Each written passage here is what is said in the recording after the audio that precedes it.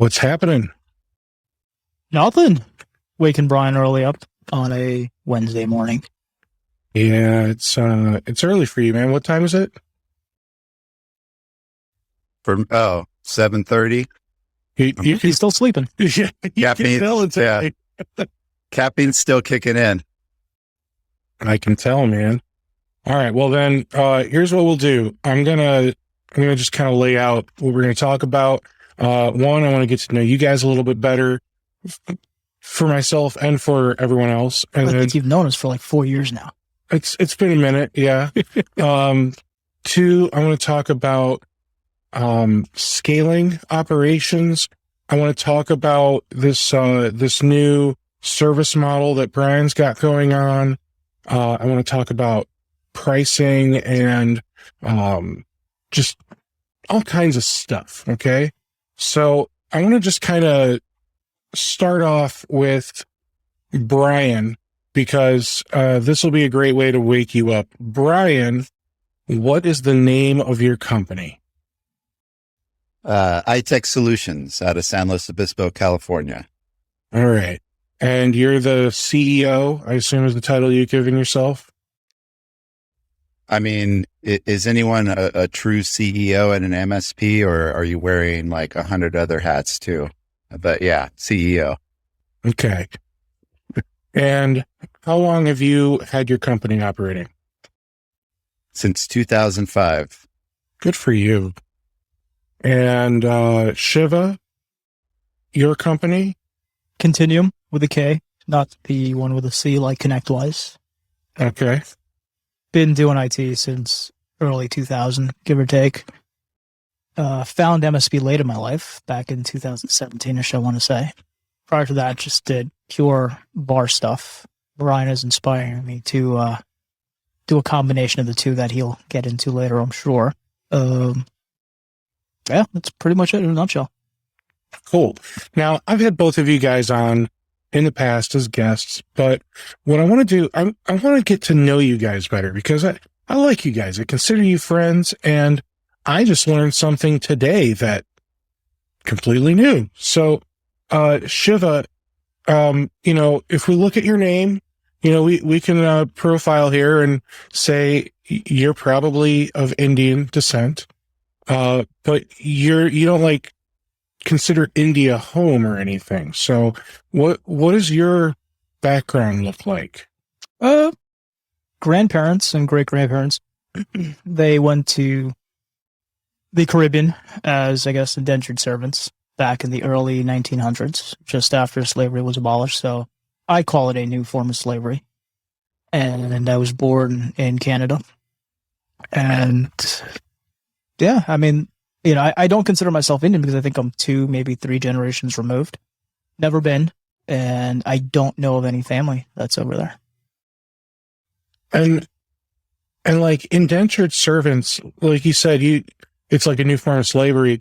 I remember learning about it in, I don't know, grade school or something. Whenever they teach you about slavery and Lincoln and all that stuff, right? He made a really good tweet about it once.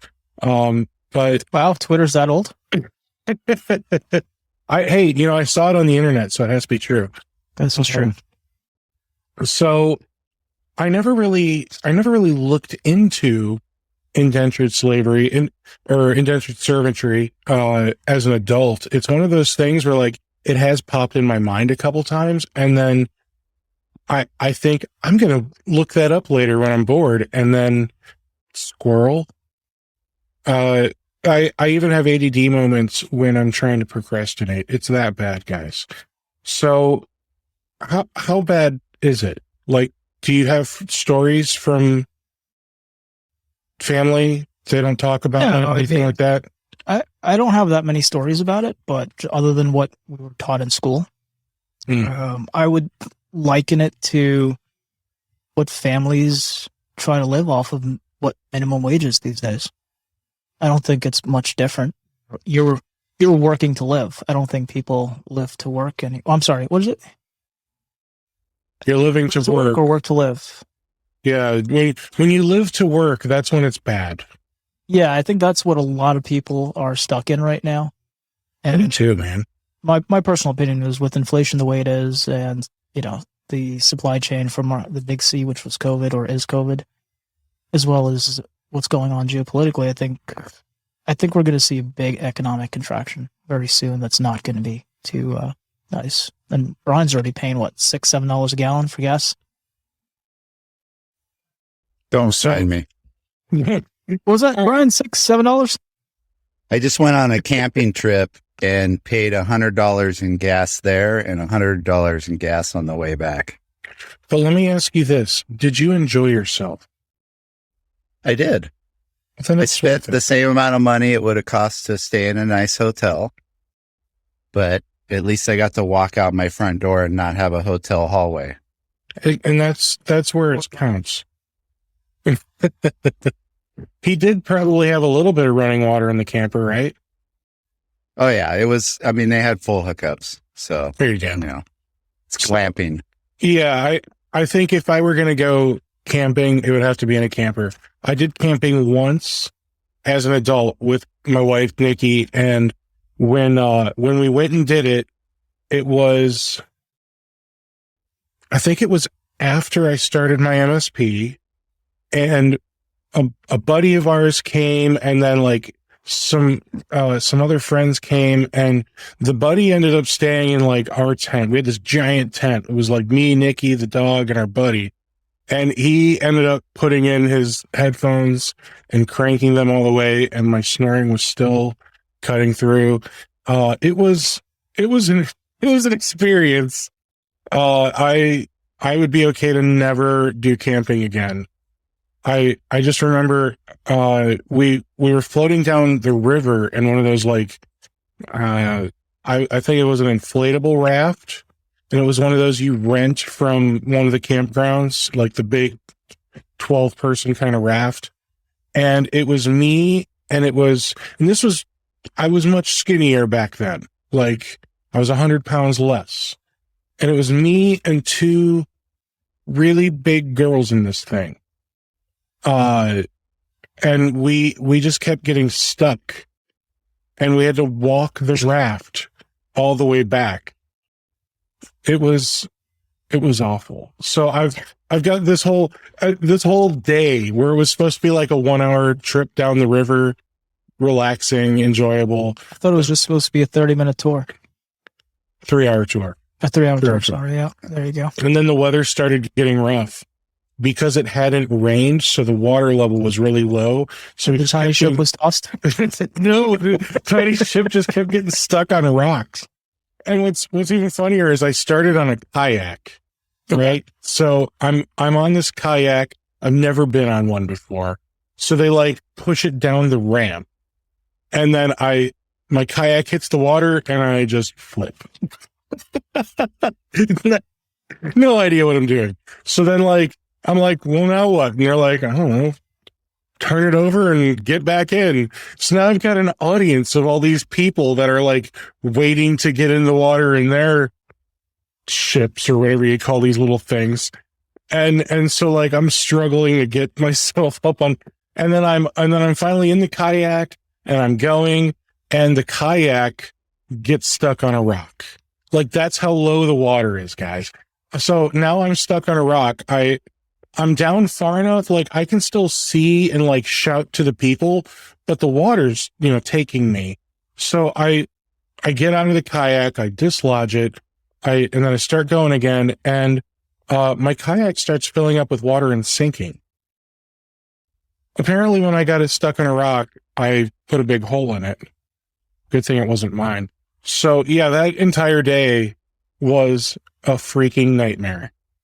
I'll probably never go camping again, and I'm okay with that. Ladies and gentlemen, the name of this episode is Steve's Camping Trip. I've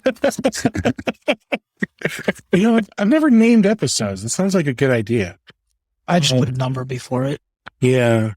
There. So Brian, you're from California, and I'm going to say, I'm going to throw you under the bus here. You're in the minority. I know that because everybody keeps voting against you and winning. So you've just got, that whole state is a mystery to me.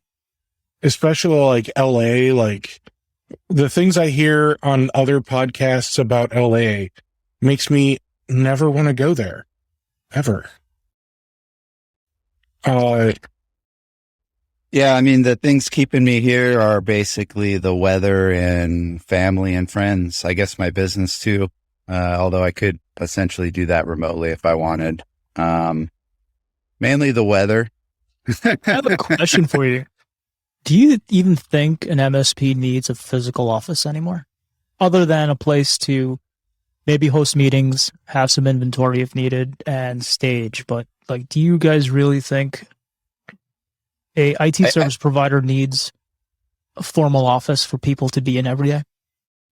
I think with the right personalities on your staff and the right culture that's designed to stay in touch, even though you're not in the office every day, it can be done. I think the important thing is you don't want employees feeling like they're on an island, right? Like they're not part of the team. And so, you guys, Shiva group that I'm part of is pretty awesome. They've got like a Zoom thing that just runs all day. You could just pop into anytime you want, right? So if you had like that type of culture where it's like, hey, we've got this live Zoom channel, people on the team can pop in anytime they want. There's always someone on it, and you kind of get that feeling that you are, even though you are all remote, you're kind of more of a tight-knit team, right? I would say that Zoom room got me through COVID sanely, or as sane as I could possibly be. Yeah. Otherwise, I'd be in here by myself for 8 hours. Yeah. Talking to myself. And, having something like that, because I've got a Zoom room that I had running for years. That's where we got the idea from. I mean, you were in my Zoom room. Yeah. I mean, that's where we met, man. And I had it running for years. And, there's good and bad with it, right? If you're not in a Zoom room all day long, you can like be productive because when you're in a Zoom room, here's where I struggled when I was just sitting with you guys in a Zoom room. I am a social butterfly. So if there's people there that I can talk to, I'm going to do it. I think when I was in your Zoom room, it was so new to me as a daily thing that I don't want to speak for anybody else. I didn't understand how to utilize it. Whereas now, I could be in that Zoom room all day, but for 7 hours, I can be disconnected from audio doing my work. And then, if I want to shoot the shit or I have a question, I can just pop in and say, hey guys, what do you think about this? And I think back then, none of us really knew how to use it, right? This was... It was new. It was the final frontier. It was something. It was the wild... The TV show puns today. Oh, boy. So when we were in there, like, for you now, you can be in there, you can be disconnected, but maybe you're just disconnected from audio and maybe you'll leave the video running. Yeah. And it's a nice way to keep yourself accountable, because if people see you're at your desk and you're on a phone call, like, it's cool to be like, oh, hey, look, Shiva's busy. Yeah. But when you sit there and, pick your nose in front of the camera, that's a little frustrating when you get busted doing that, right? But more importantly, when you're not in the Zoom room, who are you accountable to other than yourself and all your clients? Because you have I don't think for me, it's not an accountability thing, right? I think motion creates emotion. So if you're doing stuff or you're around other people that are doing stuff, you become better, right? What's the saying? You're the average of the 5 people you're around all day. That's so true. And the other thing I do, which is an article I read sometime last year, is I hide self-view in Zoom, because they say apparently subliminally or subconsciously, it raises your stress levels if you watch yourself all day. I did not hear that. All right. So the link, and you could probably drop it in the show notes if you wanted to. Yeah, no, I like that. All right. So the one big downside to having a big Zoom room like that, especially you know, when it's like you and a bunch of other IT guys, and let's just assume we're all peers, right? If it's like a boss and subordinates, I think it would have a different vibe. But when I think that's the worst thing to do. I think there needs to be separation of church and state between hierarchy of bosses and employees. Yeah, I'm good with that. But hear me out. When it's just you and a bunch of peers, egos start to get in the way. And, sometimes just being in a Zoom room for 8 hours, just like being in a real room for 8 hours a day, all day, every day, being in the office with other people, there's going to be drama. There's going to be cliques. I mean, just because, so I just want to say, like, just because you're in Zoom with people instead of being in an office, you're still going to have all the BS to deal with. In fact, maybe even more, because now there's not physical space separating you. Well, you can turn it off. I mean, I look at the ego thing as a good thing.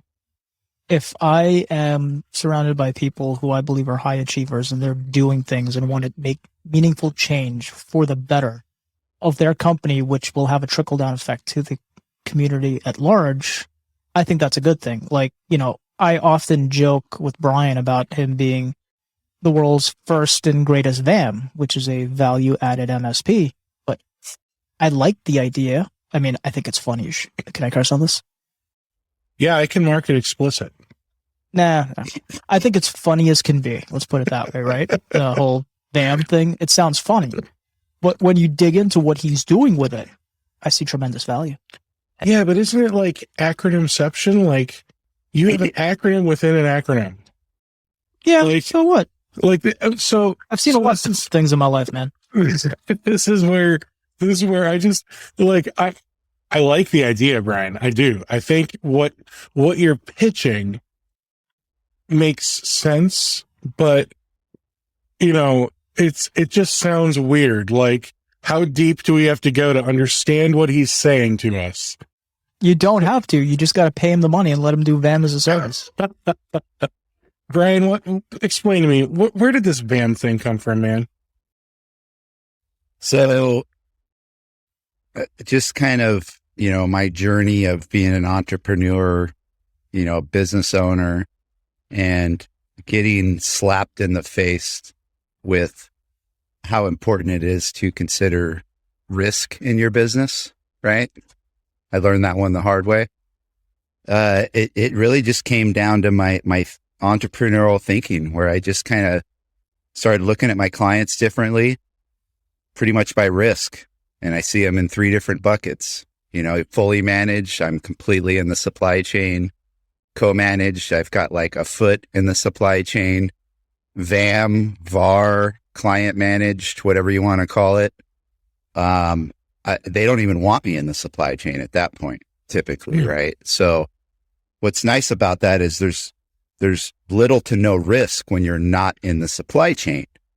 And then you start looking at all the other factors. These types of clients that don't want you in the supply chain don't want you because they don't need you. They have their own internal IT, right?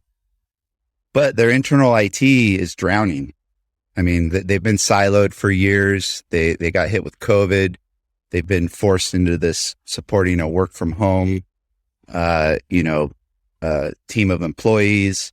They already weren't out into the cloud like they should have been, so they're rushing to get things out to the cloud. They desperately need tools MSPs have been using for years, right, to help automate and make things more efficient. And a lot of these tools are channel only, so naturally they can't buy them direct. So you combine. Do they need channel only tools though? It depends. I would say it depends on the case. I mean, there are plenty of enterprise tools out there that I think are much better than channel only tools. Mm-hmm. But they also require a certain level of expertise to use properly. Right. And are they going to have that on staff? Like when I'm hiring employees, I would much rather take an engineer that's come from another MSP versus some big corporation where they've been siloed and been working on only XYZ for the past 5 years, right? So they're not as skilled, in my opinion, as an engineer that's been working at an MSP for years. So in some ways, even though they're enterprise, they don't even have the skills to really work with the enterprise products. Right. So that's where some of these channel only, as long as they are focused on enterprise security, a channel only tool, that's where you get it gets a little concerning with some of these channel only tools that are focused on convenience and efficiency first and security second. Right. Mm-hmm. So there's kind of that aspect, right? Where it's like, hey, I'm working with VAM clients. The person I'm working with is an IT department now, not some end user that I'm having to educate on the value of IT and security, right? So the people that we're working with on a day-to-day basis are just easier to work with. They speak the same language, right? I get one VAM client. It equals 10 to 20 fully managed clients from a gross revenue standpoint, right? And probably even better profit when you consider the fact that it's fixed profit, right? I was going to ask you, you could probably scale that faster and better than a managed type MSP client because you're essentially a broker. Yeah. Buy something, you sell it, and you collect your money, and then next month it comes around, or the year, whatever it is, you're giving yourself the ability to grow and also bring your cost basis down because you get if you're dealing with a company that has internal IT, they're probably 100 user or more, I would assume, for the most part. And, every 100 licenses you buy or a couple hundred licenses you buy, your price goes down significantly. So your profit margins go up.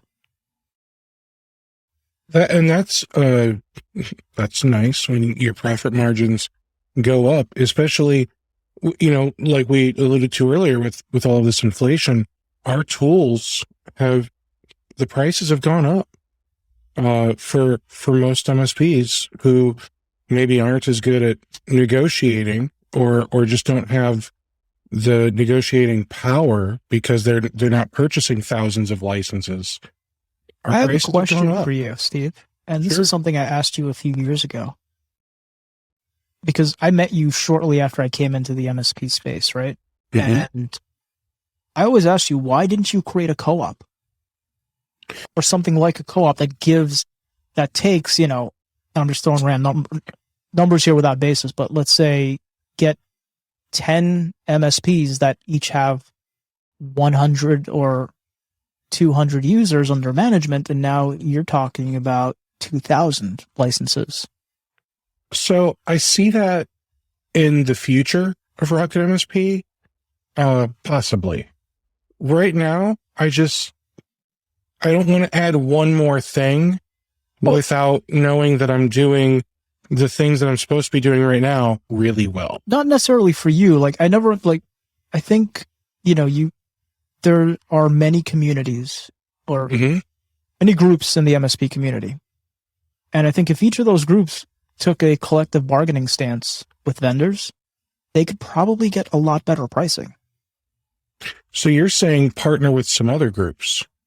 I don't know who's doing what. I'm not saying for anyone to do anything, but what I'm saying is if you're a business owner and you are in touch with, 4 or 5 other MSPs and individually your license count doesn't get a sales rep to call you back, maybe you combine and go in at the same time. You have your separate contracts, everything, but you say, hey, if you talk to me, you're actually talking to 5 or 6 other MSPs, and this is what's on the table. You have better bargaining. I think that's more of an education stance as opposed to go create a buying group or something like that. Have you ever done anything like that? Yeah. In fact, it might have been with the people in your Zoom room, right? Usually. Yeah. Yeah.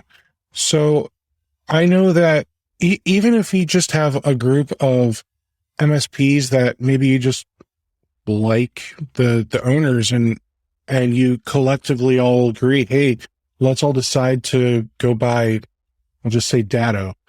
When all of you are trying to bargain for a deal all at once, maybe between all of you, you've got 5,000, 10,000, however many thousand licenses, right? Right, exactly. But one of the guys might only have 200 or 300. Yeah. And what you're doing as a whole is you're bargaining for the best price possible across all of the contracts that you're about to create, which is really going to help the little guy. And that's the key to this, right? It's also the fact that you're getting separate contracts. I'm not saying go sign a contract with 4 other MSPs to be under one tenant, under one bill, and all that other got it fun stuff that'll come along with it. But make a commitment to the vendor. Say, listen, I'm bringing you 5 people. Mm-hmm. We promise that of these 5, whoever comes in, we're all going to sign within a week of each other. And this is the pricing that we want or we're looking for. Because, you might have a guy with 5,000 licenses, but what if the price break comes at 6,000 and the other 4 make that 1,000 or 1,500, whatever the numbers are? Sure. That makes perfect sense. So, Brian, I don't even know, are we allowed to talk about this? You're a Datto partner, right? Yes. So pillow in the background. On his, yeah, he's sleeping again, is what you're implying, right? There's a Datto pillow in the background. Tom, right. Make your screen bigger. Okay, yeah. I see thirds of people, and it's frustrating. So yeah, it's not your camera. I'm done. It's Steve. Yeah, it's me. So with you being a Datto partner, obviously you use all these different Datto products for your business, for your company, and for your clients. But you're also a Datto reseller. Now, we MSPs cannot buy it from you. Sad. But you can sell it. You can resell these products. Like the RMM tool, I think, is kind of what you were alluding to, where you can sell Datto RMM to a business where maybe they're managing a few thousand endpoints. And so they don't need you to do co-managed. They've got a huge team, but they're looking for the right product to help them automate, monitor, remediate, all the stuff, right? And now when they buy that from you, they can go to Datto for support, but that also means that maybe they can work directly with you on some contract basis for, think of all the professional services companies that are out there that provide RMM and PSA consulting services. You're effectively able to do something similar with these VAM clients, right? Yeah, and that's the idea is, these IT departments, most of them have never even seen a decent RMM, right? Mm. And so it's kind of, think of when RMMs first came out for MSPs and how much MSPs gobbled that up and loved it and called themselves an MSP now that they have an RMM, right? Hey, I've got an RMM. Now I'm an MSP. It's like these IT departments. It's like the first time they've seen such a cool tool and they're just like ecstatic about it. Oh my God, you're saving me so much time, and it's kind of the next frontier. These internal IT departments haven't really leveled up like a lot of MSPs have from the ability to manage a large amount of devices and users efficiently. Right. What are their favorite uses for RMM? It's really monitoring, alerting, and then automation of, scripting and updating of software essentially is really what it comes down to. And really what's funny is they're getting the pressure from their insurance companies is what's happening. Right. So IT is finally internal IT, who my personal opinion for years has been like, oh, they're like the mechanics, right? They're like, they just keep our computers running. Like that's all we need them for, right? Mm-hmm. They keep our vehicles running, right? It's not like now they're realizing, oh, wait, they're more than just a mechanic. Like we've got valuable information that they're protecting for us, right? Wait, we need to start getting them involved in conversations and ask, like, what are they doing about security, right? And so, that's exactly what it is. We're coming in and we're kind of consulting. I could do this for MSPs. I don't want to, right? But it's taking all of kind of what we've learned and teaching internal IT departments. We're going through with one of our largest co-managed clients and redoing all their help desk processes to more align with how we manage things so they can be more efficient in how they deliver their services. So even process changes, right? Looking at how they're handling things. How do they handle incidents, right? Security incidents. So a lot of that they haven't even thought about. And what's cool is we're there as more of a consulting role.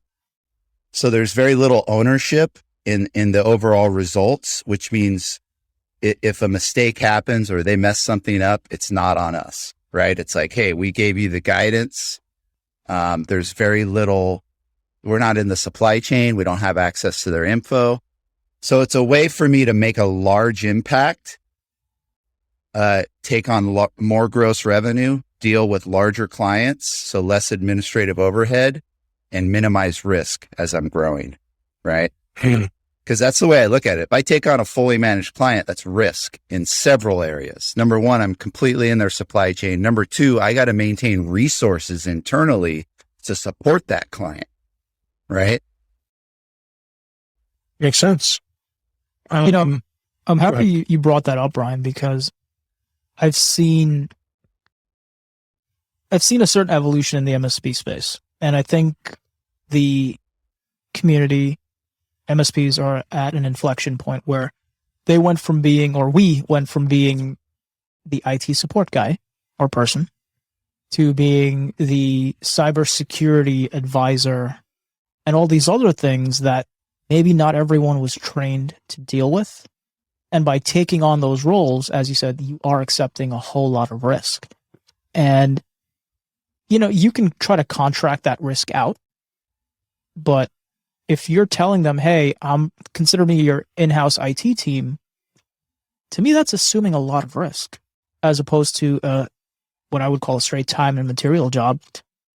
You need software? I'll sell it to you. You need some consulting hours? I'll sell it to you. That's sold more on an as-is basis. But what do you guys think about MSPs becoming security practitioners? Now, I know it needs to be done, but how do you think it should be done? Man, this is one where I think I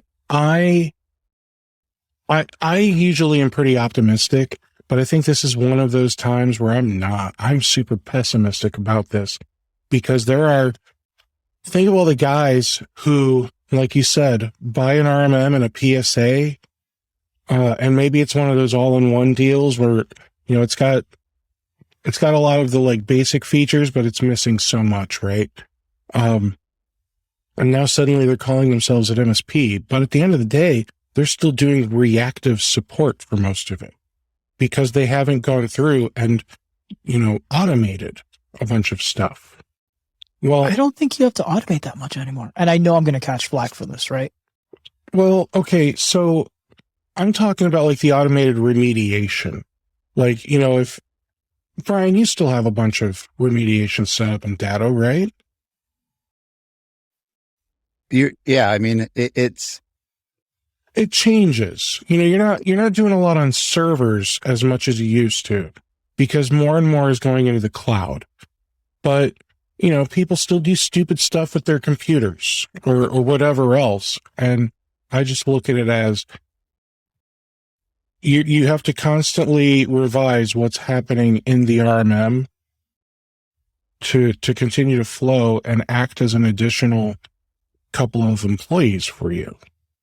Well, I mean, you've got to have tool champions, right, on your team. Someone who's willing to take ownership for that tool and be revisiting it to make sure that you're using it to make sure it's effective and working properly, especially if it's a security tool, right? You can put a security tool in and have a false sense of security thinking, hey, I've got that layer protected now. And little do you know, because no one took ownership on really understanding the tool and implementing it properly, it's not even configured, right? And there's a complete gap wide open. But as an MSP who's taking on an RMM, let's say for the sake of argument, it's going to be implemented properly, best practices are followed, and take the negativity out of it, right? Let's just say you're doing a really good job. If an MSP is doing a really solid job on the onboarding and there are no local admins on devices for users, and maybe put in a PAM system or a PAM platform, what are you really remediating on a day-to-day basis? Okay, so your argument makes a lot of sense. But again, this goes back to, if there's a bunch of people that are calling themselves MSPs that are not doing it super great, that's where I get hung up. I think that's an education issue. And I think, like what you're doing here, this is something that's geared for MSPs, is help them understand. And I could be completely wrong here. I'm not saying my way is the way to do anything, right? I'm just a ditch digger. So if you really take your time and go through an onboarding process that really remediates the bad in an environment, your signal to noise ratio is going to be very favorable to you. I mean, Brian, I think you're pretty familiar with my onboarding process. I think I shared it with you, the paragraph. It's maybe a dozen things. And the beautiful thing about the way that's structured in my mind, and again, I'm no expert here, is that I can offer that onboarding SKU to any client without even having a conversation with them, because it hits on everything that needs to be done. I think you need to take a nuke and pave approach. Like when you go in, just get it to zero, take it to where you need it to be, and go from there.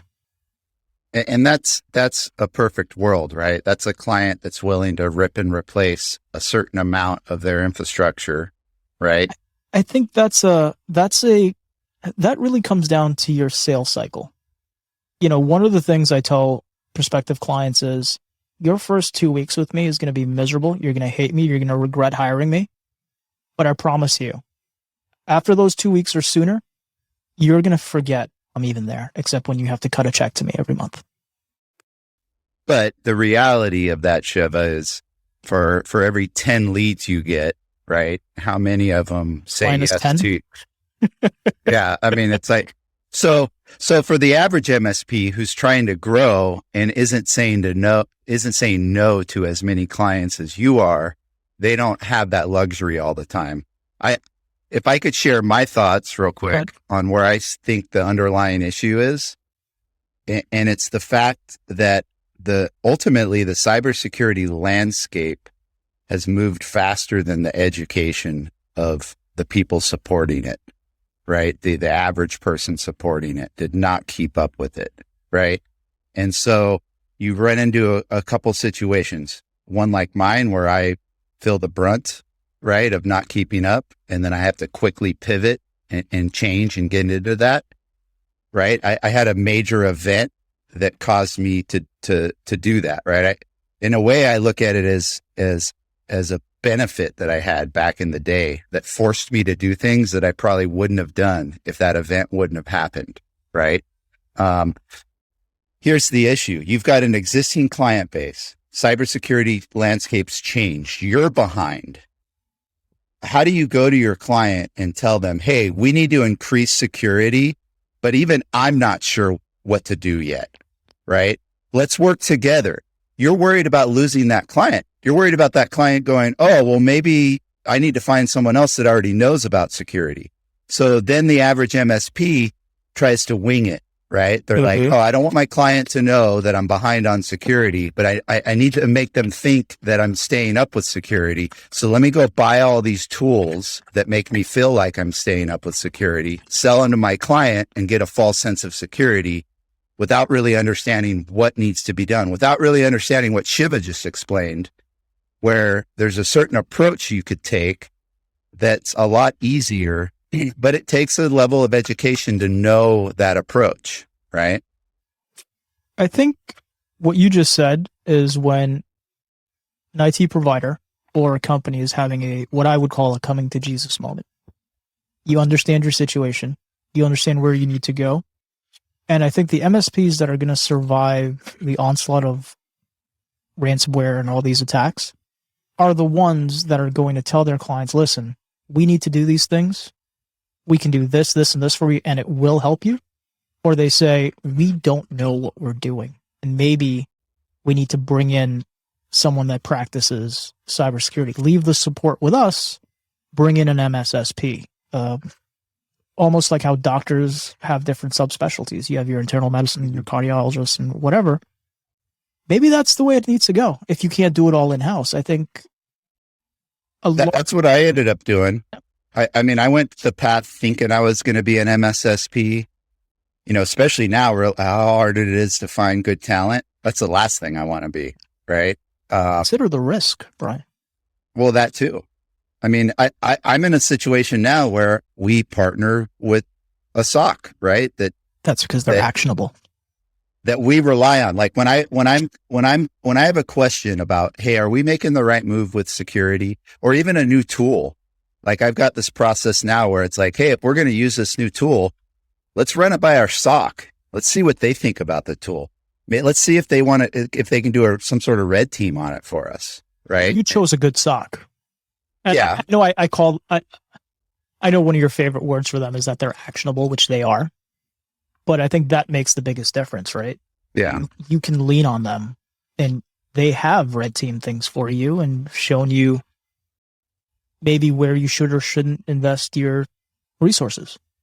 Yeah. Yeah. It's a SOC that's willing to take ownership, right? Put themselves in your shoes and be like, hey, this is what we would do if we were you. Versus some random,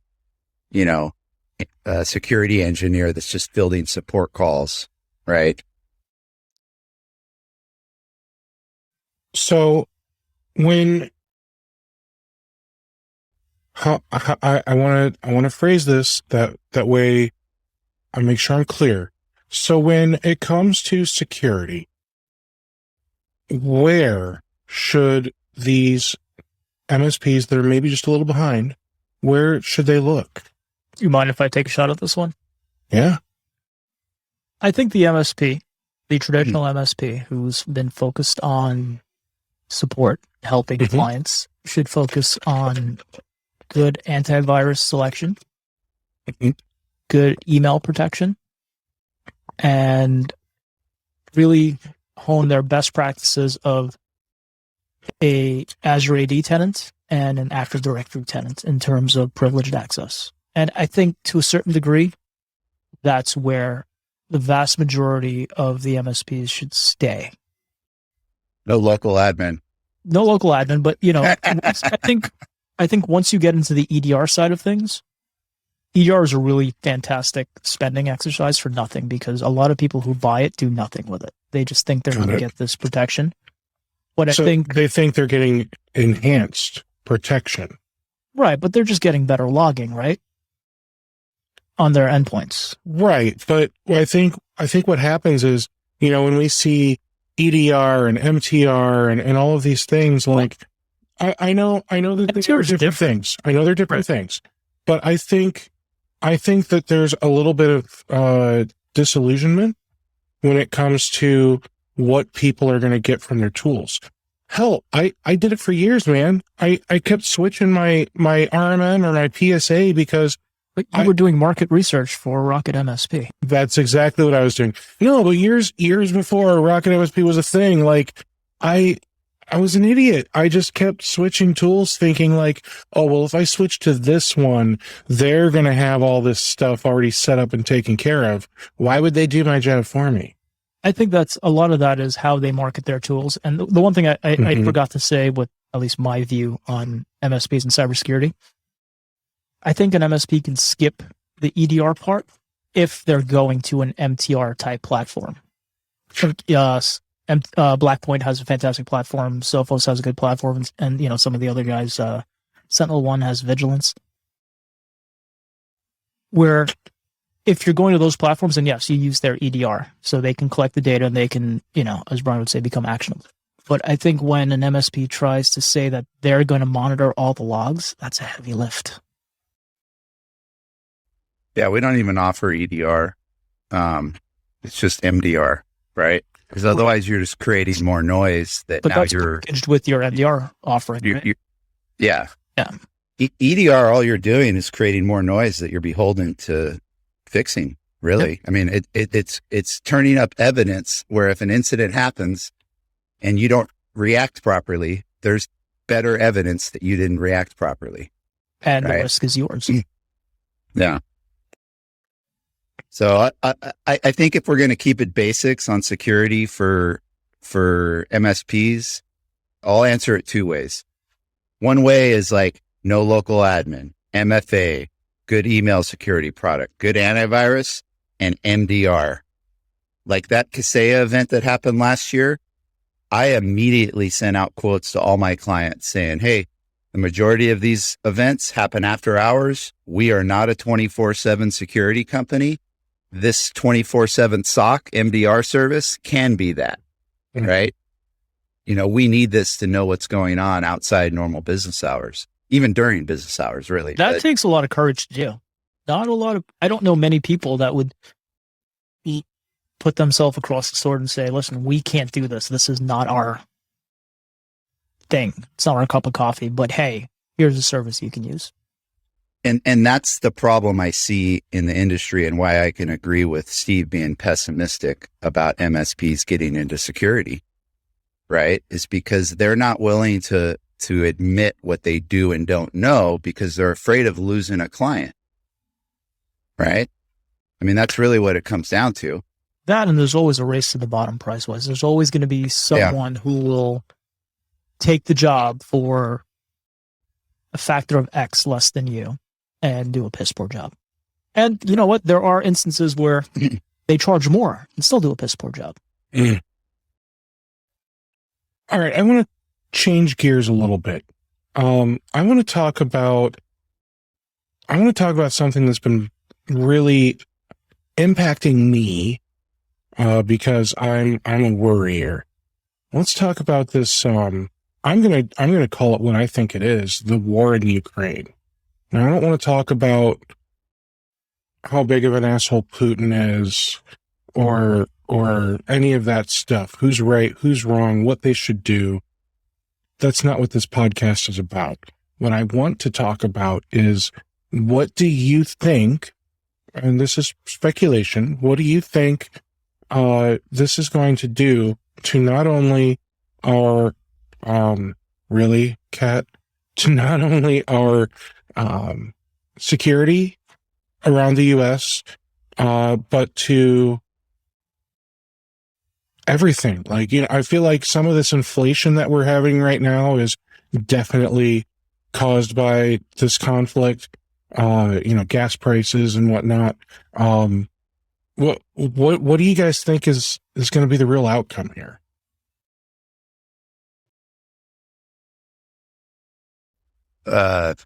Outcome? I mean, I would, ever since I got hit by the ransomware event, I've been a strong proponent of, we are in an information war, right? And I feel like the war in Ukraine's only heightened that, because when you've got conflict, you've got different ways to battle that conflict, right? You could go with physical war, which really isn't too popular, right? Or you can go with cybersecurity warfare. The tricky thing about cybersecurity warfare is it's not necessarily the government versus the government. In a lot of cases, it's civilians versus civilians. Right. And that's the part that's making me nervous. Like, have you guys seen anything? Any uptick?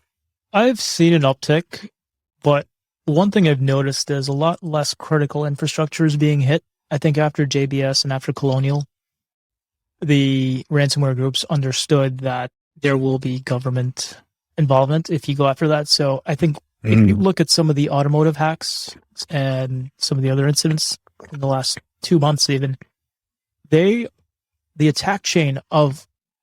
supply chain of critical infrastructure is being hit. And I think that could be more damaging because that will raise prices and inflation to points that are not sustainable. And I think we're just in a time where cyber warfare is unrestricted warfare. And one thing I want to add, my tinfoil hat is on right now. Part of me wonders, like, how much of this is staged? Okay, hear me out. Okay, I'm not. That's way above my pay grade. I mean, hear me out though. Like, there's the arguments where, supposedly Will Smith slapping the shit out of Chris Rock, supposedly that was staged. I don't think it was, because the way Chris Rock reacted to that is, I think, how I've reacted to when some people have come on my podcast and just flipped the table on me. What episode is that? Several. I think you were on it. Yeah. Oops. I don't think it was you. I think it was others. So, but how much of this, like, is this like some secret cabal's way of getting everyone to stop worrying about COVID because now we're worried about Ukraine? Because I think it's doing a good job. I don't know if it's that, but I will say there's always going to be something. There is. And just like we said earlier with the Zoom rooms, like, there's always something. Yeah, it is what it is kind of thing, right? It's you, as a IT person, I do the best that I can to educate my customers and protect them to the ability that I can. And if I can't, I outsource it. I don't sit here saying, hey, I'm going to go buy a SIM, collect logs, and do the threat hunting that not 1,000, but like 10 other companies can do really, really well. So I'm gonna get a little philosophizing.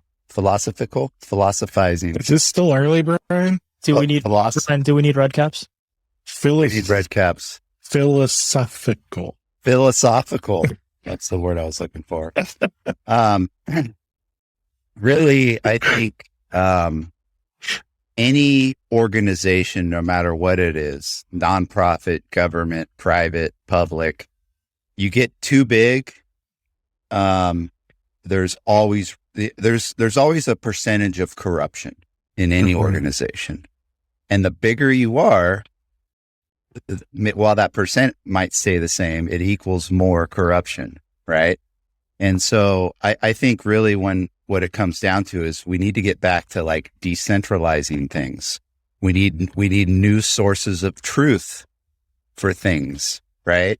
We kids and your sources of truth.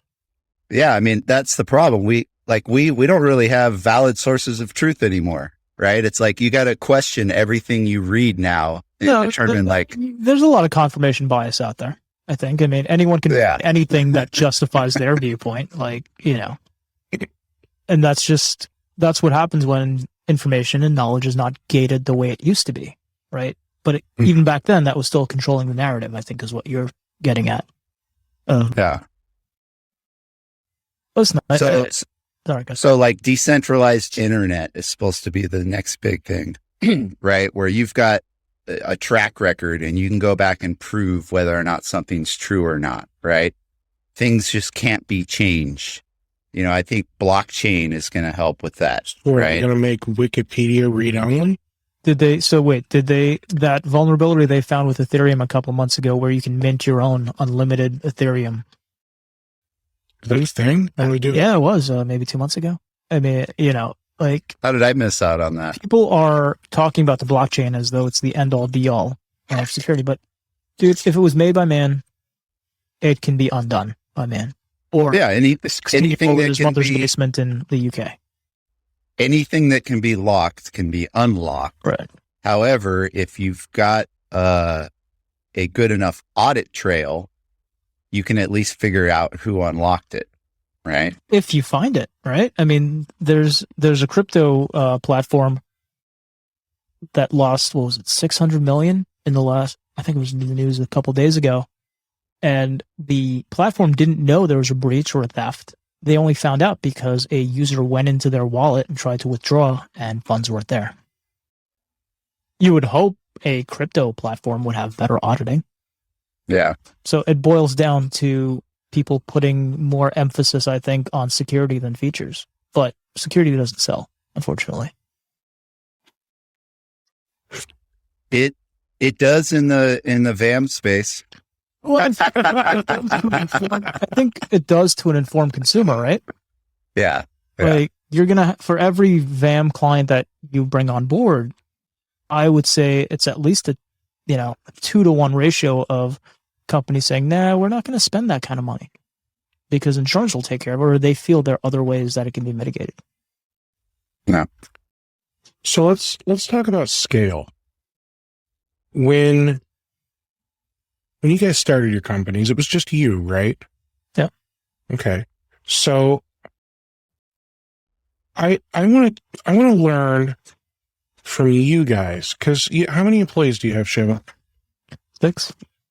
Brian, how many employees do you have? 11. Okay. I was at 25 at one point in time. And that's okay. The point is, it's more than just you, right? So in order for your business to grow, you can't be the one doing all the things. You need to start letting go of some responsibilities and delegating that stuff to others. But you have to have others to delegate it to. And if I just go hire a tech so I can stop answering phones or whatever that looks like, right? If I just go hire a person, they need to have a job to do. So like what comes first? The documentation, the role that you want them to do, or the person? Are we talking hypothetical kumbaya here, or the realistic what answer and expectation? What have you found, like after your years of trial and error, what have you found as the right way for you to be able to scale? I started as a VAR. So for me, it was finding the client and then hiring contractors to sub out to them. So I had the talent piece covered. But I think if you're a one-man MSP, I think you should probably figure out what your core competency is. Is it being the tech, or is it being the operational person? And when you figure out which of those two things you are, hire the other one. Mm-hmm. And the only thing I would tell people, that if you're a one-man band or a one-man shop, create an email address or an alias for every department in your business. This way, when you start shedding responsibility, that it's not your it's not your email address on everything. It's, if it's accounts payable, it's say ap@domain.com. That is fantastic advice. What about you, Brian? So I look at it as kind of stages. There's of stickiness. Stages of stickiness. I mean, when you start out as a one-man band, you're doing everything, including the sales. And if you get to a point where you can start hiring people, typically that means you're not too bad at sales, right? I question small MSPs that hire salespeople. I don't feel like a random salesperson even knows how to sell MSP services. So that would probably be one of the last roles I would recommend hiring as an owner of an MSP, assuming you like sales and can do it. But really, the two levels of stickiness I see are stickiness with your clients, stickiness with your team. And those are the two that I got past that I never want to go back to again. And the idea is the clients don't feel like they need you involved in everything, right? It's not a situation where the minute they feel like things aren't going the way they think they should, they want to bring you in all of a sudden, right? Oh, let's get Brian involved in this, to make sure it's happening correctly. Getting past that, right? Getting your clients to trust a team of people. is like goal number one. And so if you're the tech all the time, that's going to be harder to remove the stickiness, right? So that's another thing you shouldn't hang on to forever as an owner, is being the tech. What if you're better at being a tech than you are at being operations or sales? Maybe you should start a business. Well, still, then I think that's the thing. You can hire that. I think you find out what you are and hire out the other parts, right? Mm-hmm. Yeah. And I would even say when you're that small, outsource, don't hire internally, because the minute you hire internally, you have to manage that employee and make sure they're meeting their goals and expectations. And that takes time. So, like Osprey is a company I know, that will literally, manage a salesperson for you. If you wanted to go that route, you hire a salesperson, they help you find a salesperson, and then they manage it for you. All the expectations, like the salesperson answers to them, and then you pay them an outsourced fee to do that. Right. So it's almost like a temp agency. Yep. Salesperson as a service. And I'm even a fan of outsourced help desk, when you're really small, because you need to have a quick response, right? You can't, if you're one man and you get too many calls at once, you need someone there to back you up.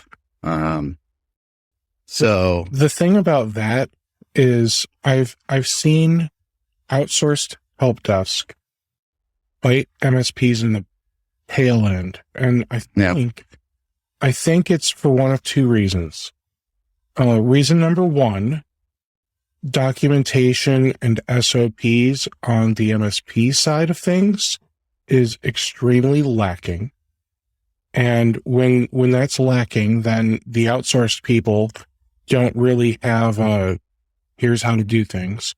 And then number two, I've actually seen where, the outsourced company, they've got like they've got their method, maybe they've got a dispatcher that answers the phone, and then from there it gets pushed out to a tech. And sometimes it's a call back, sometimes it's the same call, however that looks, right?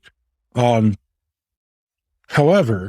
when the client reaches out to you, especially when you're small, and maybe you're just working out of, home, and you don't have to go anywhere. So you're just, you're just sitting around at your desk working on whatever, scrolling Facebook, and a call comes in. You answer it immediately, and you just start working the problem. And when you do that, you're missing a few steps. You're not creating the ticket and doing all the things that one of these outsourced companies are doing. And what you're doing is you're actually setting yourself up for customer dissatisfaction down the road, because when you start adding some of these necessary, things that add a little extra time, the customers that you've kept along the way are going to see this as a negative, because now it takes longer for service to start. Well, how much longer is it going to take? Even if you don't want to create the ticket right then and there, keep a notepad on your desk and write your start time, what you're doing in shorthand form. Then you can go back and create the ticket. You operate out of New York. You know what people are like around there. Well, that's what I'm saying. Like and that works great for you. But when you start outsourcing, like let's say you outsource to Benchmark 365 or Mission Control or one of these other places, right? Like they have an SOP they have to follow. So why would my opinion on this is, why would I outsource my help desk if I'm putting the time in on the onboarding and the tool selection? Because if I'm not having to remediate much of anything, what do I need to outsource for? Well, it goes to setting the expectations, right? And that's what you're talking about, Shiva, right there, is you've set the expectations up front that to work with me, these things have to change, right? Right. And then that creates a situation where there's less help desk needs down the road, right? I think to Steve's point, setting the expectation with the client that they don't just call up and get service right away. And that's a shift we made beginning of last year, where we set the expectation with our clients now, where if you call us, you're not going to get immediate support. The only thing that's going to happen when you call us is we're going to create your ticket for you. And how we're going to create your ticket is the same way you could create it on your own. We're going to go to the client portal, impersonate you, ask you all the same questions on the form, fill it out, submit a ticket. Because I love that. We can't guarantee that the right skilled resource is going to be the one to pick up the phone to help you with your issue. And we don't want the wrong skilled person to feel like they need to be the one to help you just because they're the one who picked up the phone. And then all of a sudden that turns into something down the road that's a bigger issue we got to deal with.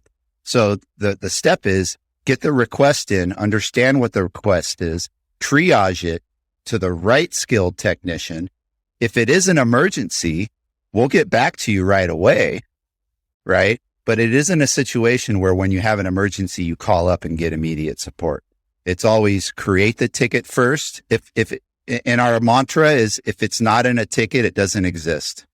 So like you email one of our engineers directly and that falls through the cracks, you can't get mad at us. That was your fault, right? So you set, so to your point, Steve, SOPs, and to your point, Shiva, setting expectation of this is how we operate. If you don't follow this, you're not going to get a good quality of service. You're going to be frustrated. And that's not on us. That's on you because you're not following how we operate to be able to give you that good service. Right? Oh, No, I agree. I mean, but that's on the MSP to create that process too. Mm-hmm. I think we've all been in situations where we've either been taken out by another MSP or we've taken out other MSPs to go for a client. And I know I've probably learned more from losing a client based on their exit process than that has helped me in the long run. Well, and the other issue you have is you have the smaller MSPs that look at what I just explained as a negative. And they might go in and say, oh, when you call us, we'll pick up the phone and help you right away. You don't have to create a ticket and wait for someone to call you back. So if they're doing that, then they're setting the expectations the opposite. Now they're making those clients extra sticky but to where they have scale, to, right? Well, it's not scalable. Exactly. So to Steve's point, there's MSPs out there shooting themselves in the foot with something that they feel is a value add that really prevents them from scaling. So I have one final question I'm going to ask, and then we're actually going to record a members only thing about pricing. So I have one final question. I'm going to start with Brian. What is one thing that your company is doing for clients that you didn't expect?